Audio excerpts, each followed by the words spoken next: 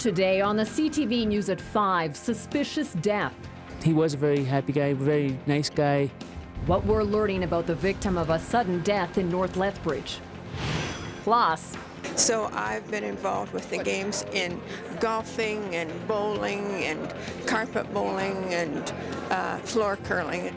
The city will host the Alberta 55-plus Winter Games again.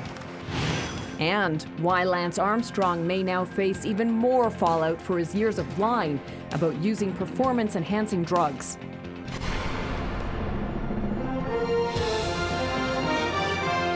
CTV News with Jackie Scantlebury. Good afternoon. Lethbridge Regional Police are looking for the public's help and tips to help with their investigation into the death of a 58-year-old city man. The man was found by an acquaintance at his home in North Lethbridge yesterday afternoon. As Terry Vogt reports, investigators won't say how he died, but they are calling the circumstances suspicious. A strip of yellow police tape surrounds a house in the 200 block of Stafford Drive North. Inside, members of the Forensic Identification Unit continue to process the scene, which they say could take a few more days. Officers were called to the home around 3:30 Monday after police received a report of a sudden death. We have confirmed and identified that the 58-year-old male resident, homeowner of that property, is the deceased male that was located at that home. An acquaintance of the deceased was unable to make contact with him, so they actually attended the residence as a well-being check and found him deceased at the property, contacted police. Investigators say the circumstances of the death caused them, quote, great concern, but they aren't commenting on cause of death or whether they found a weapon at the scene. An autopsy has been scheduled for Thursday. Neighbors say the man who owned this property had been living here for about 25 years, that he was a carpenter or had worked in the building industry. They also say he was helpful and always friendly. He was a very happy guy, very nice guy. I don't have any idea as to why anyone would want to harm him at all or anything. So it's a really scary thing. Police haven't released the man's name, but neighbors identified the homeowner as George Spann, a name that's also listed in the phone book. An autopsy is scheduled for Thursday at the medical examiner's office in Calgary. It's suspicious. It just makes me worry even more. Like, we've got a couple of dogs, but I mean, that doesn't always help either, so. We don't really know much. He was to himself, and he would say hello every once in a while and stuff, and that's about it. Search and rescue volunteers are being called in to help conduct neighborhood checks. Police are also urging anyone with information about the sudden death to contact the Criminal Investigation Section or Crime Stoppers. Terry Vogt, CTV News, Lethbridge. A Nelson, BC woman charged in the death of a teenager in Lethbridge could have her case resolved tomorrow without a trial. Caitlin Ruth Smith was acquitted of killing a teenager in a car crash in Lethbridge nearly 4 years ago, but the Alberta Court of Appeal had ordered a new trial, and that was scheduled to start Monday. Smith is facing charges of dangerous driving causing death, impaired driving causing death, and driving with more than 80 milligrams of alcohol in her blood. The single vehicle rollover in October of 2008 injured 3 passengers and killed 18-year-old Jesse Bulford of Cranbrook, BC. Smith also suffered a serious head injury. The second trial was expected to last 2 weeks, but court was told that Smith intends to enter a plea tomorrow. 3 Lethbridge residents facing charges in a massive Ponzi scheme won't find out until at least May whether or not they'll stand trial. That's when a continuation hearing has been set for a preliminary hearing for 42-year-old Anthony Pittarelli, 38-year-old Claudia Pittarelli, and their 63-year-old mother, Marissa Campanelli Pittarelli. Charges of fraud and money laundering stem from an alleged Ponzi scheme where investors were promised high rates of return through the resale of event tickets. But police say investors were paid with money from other investors who were eventually bilked out of more than $1 million. The hearing will continue on May the 21st.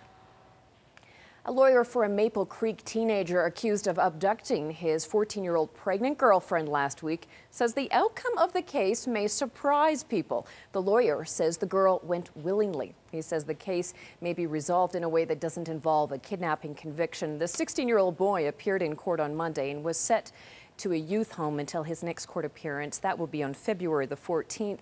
Meanwhile, the boy's 38-year-old mother and another 16-year-old boy from Maple Creek are also charged and set to appear in court on the same day. An arrest warrant has now been issued for a Sterling man charged after a pickup truck crashed into a Tim Hortons in Taber. Security cameras caught a stolen oil rig slamming into a truck that crashed into the coffee shop back in March. 26-year-old Heinrich Kron of Sterling was in court facing charges of obstruction and public mischief. Kron's case was back before the courts, but Kron wasn't. Now an arrest order has been issued for him. His brother, 27-year-old Jake Kron, is charged with stealing the rig. He's also charged with dangerous and impaired driving. Well, road conditions continue to improve across southern Alberta tonight, but this morning highways south of Lethbridge were covered with black ice and blowing snow. Luckily, no one was seriously injured in a head-on crash on Highway 5. The driver of one of the vehicles told us that her vehicle hit some black ice, spun out of control, and then just before her car came to a stop, a truck slammed into the front end of her vehicle. Currently, most roads are now listed in fair to good driving condition.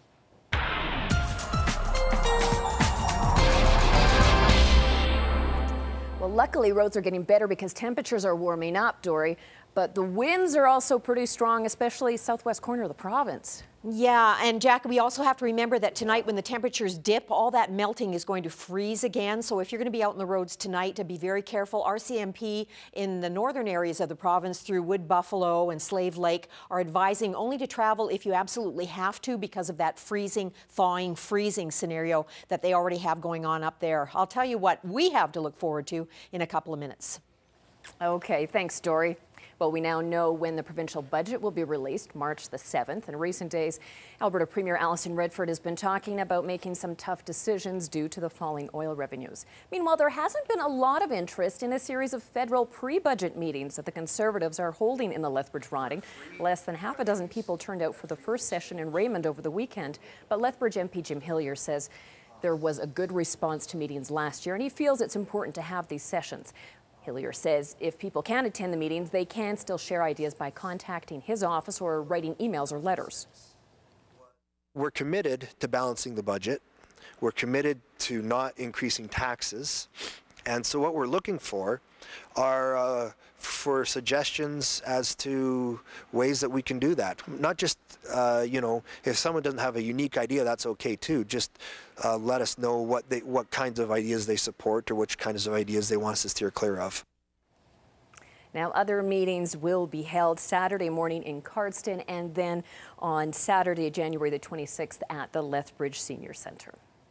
Well, fresh off the heels of a very successful Alberta Summer Games, the city of Lethbridge is getting set to step back into the role of host this time in 2015 as the 55-plus Alberta Winter Games come to town. Jeanette Rocher reports. 2, 3.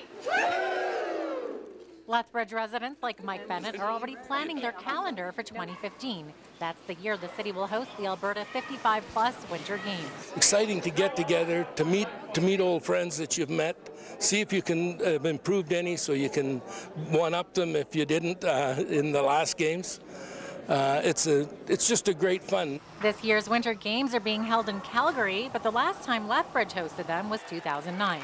Participants compete in 13 different activities, everything from hockey to badminton to cards. Noreen Irwin has been involved in the games for 20 years, and she says she participates in every activity she can. So I've been involved with the games in golfing and bowling and carpet bowling and floor curling, and so I'm excited to go. If I don't make it in the zone in one area, I'll try every other area that I can.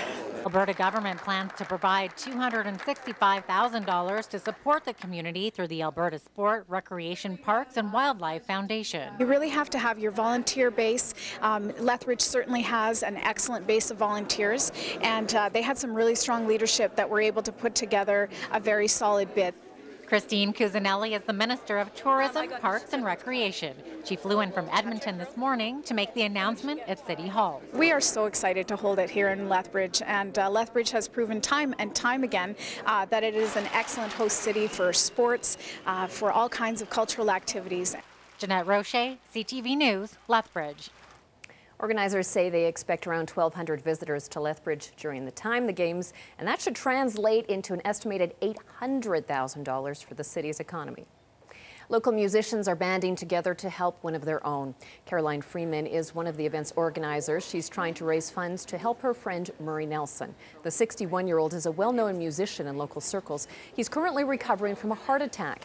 Funds from the concert will help him cover his bills while he's recouping. Freeman says the support from the local community has been tremendous. It almost took on a life of its own because people were responding so enthusiastically and positively, and that's just wonderful because music is something that should bring us together, and it's really great that people are wanting to help a fellow musician.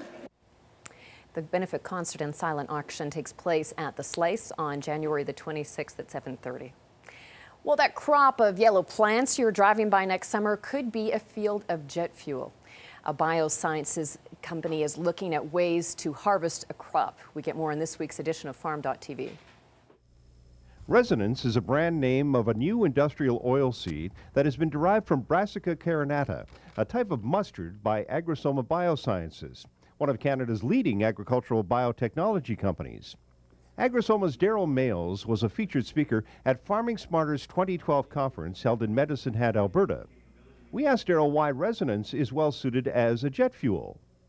Well, jet fuel is a longer carbon chain, which is why we emphasize that in the presentation today. That longer carbon chain means you're more efficient in producing more jet fuel per amount of processing dollar. So it's just an efficiency.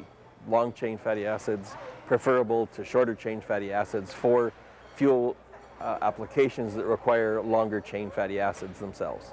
What makes this new crop of interest to Western Canadian farmers? And it goes back to the agronomics that Kevin Falk in his work at Ag Canada recognized. That one, it's a crop that likes heat, it tolerates it very well, it seems to be well rooted and good water utilizer, so it can get water when it needs it, it can get by on a relative tight amount if it has to. For more information about resonance, visit the Agrosoma Biosciences website. Farm TV is brought to you by DA Building Systems. Straight ahead after the break, we'll have a look at how the Chinook Regional Hospital is coping with the flu and its latest capacity rates. First, though, today's markets.